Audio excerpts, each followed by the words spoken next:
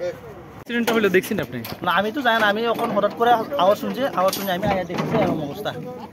ওই পড়ে রইছে? হ্যাঁ পড়ে গেছে। এখন অবস্থা কি? এখন অবস্থা তো ওখান থেকে মোটামুটি পা পুতি ভাঙছে, পা ভাঙছে।